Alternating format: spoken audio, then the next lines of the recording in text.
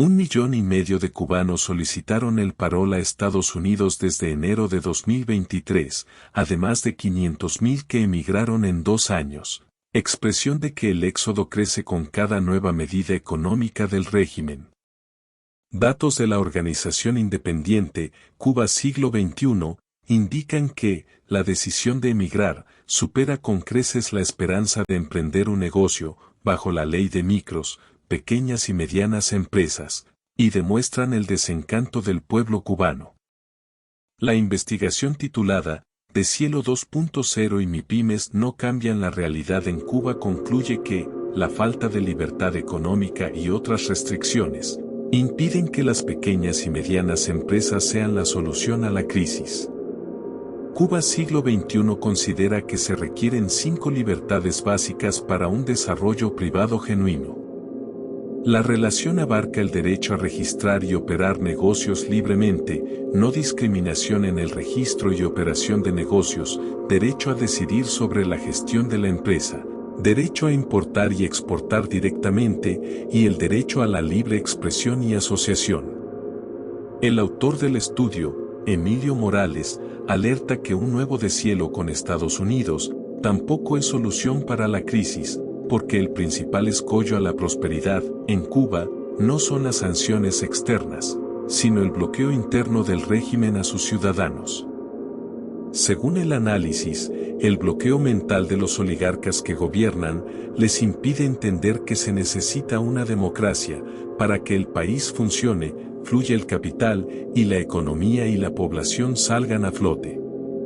La investigación alerta que la situación incluso es peor que durante el primer deshielo promovido por Obama, por el aumento de la represión luego de las protestas del 11 de julio y el alineamiento diplomático, propagandístico y militar con Rusia en su agresión contra Ucrania.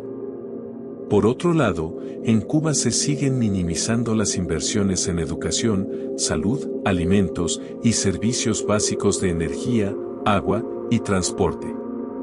En la primera mitad de 2023 el gobierno de Cuba destinó la 1/4 parte de la inversión del país a servicios empresariales y hoteles, pero solo el 10% de ese monto a la agricultura y ganadería, el 5% a educación e igual porcentaje a la salud, lo que muestra cuál es la nueva política de negligencia social. Sin haber primero liberado las fuerzas productivas, se desató una inflación que lanzó a más de la mitad de la población a la precariedad y miseria. Hoy el salario promedio no alcanza los $17 al mes. En cuanto a las MIPYMES, la investigación demuestra que la creación es insuficiente si se compara con países latinoamericanos de población y tamaño similar a Cuba.